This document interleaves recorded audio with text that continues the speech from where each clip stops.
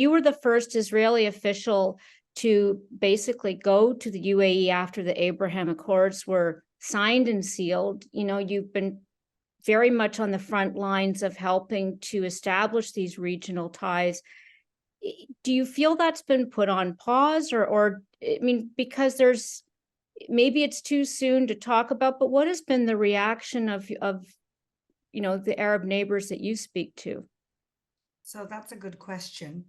And, we signed the Abraham Accords in September 2020, right? And in April, May 2021, we had a Gaza war.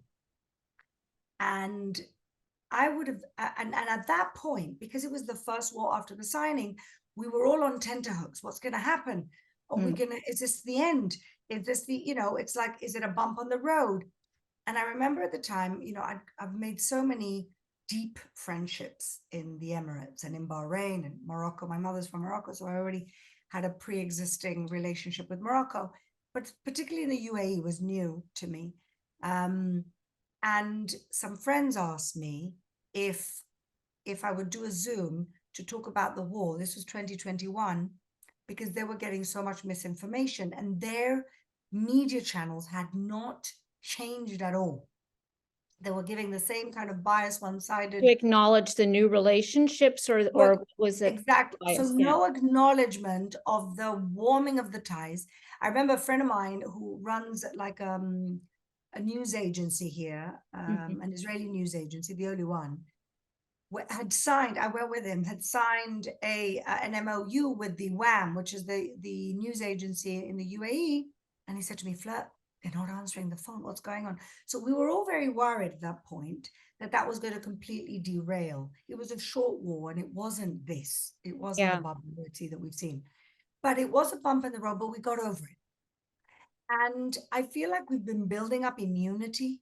In other words, yes, unfortunately, as long as you have these crazy fundamentalists funded by Iran, who, by the way, is also the enemy of the sort of the rational Arab countries.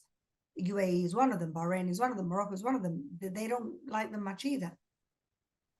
Then we're going to have these scenes. And in fact, a lot of my very good friends in the UAE are deeply anti-Iran, deeply anti-Islamic fundamentalism, so much so that the UAE has kicked out the entire Muslim Brotherhood. Yeah. The government of the UAE has kicked everybody out. They don't have this.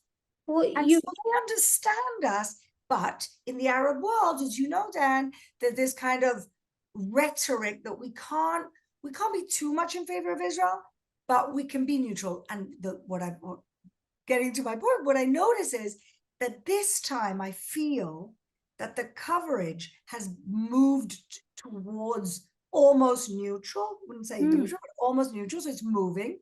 And this morning, in fact, I had an interview by The National, which wasn't one of the most supportive papers of the Abraham Accords. It was supportive because, of course, the Crown Prince is supportive, but it wasn't the paper that was running to embrace us. The Khalij Times, for example, in Saudi Arabia. This was an interview. When you say national, this is national, the Israeli, the Abu Dhabi one. Yeah. So it's baby steps in this region. And even we're going through all of this, and I can't tell you the amount of messages of support, of how are you, how's your family, that I'm getting from the UAE, from Bahrain, and from Morocco. Endless messages. And so that gives me the confidence that it's not lost. Again, it may be a bump on the road. They, believe me, they don't like Hamas much either, but they have this kind of wider, pan-Arab, I guess, loyalty. So I don't think it's going to derail the Abraham Accords. I think it's definitely set back the Saudi peace initiative. And I think that's actually why this is happening. A lot of people have said that was a major catalyst or fear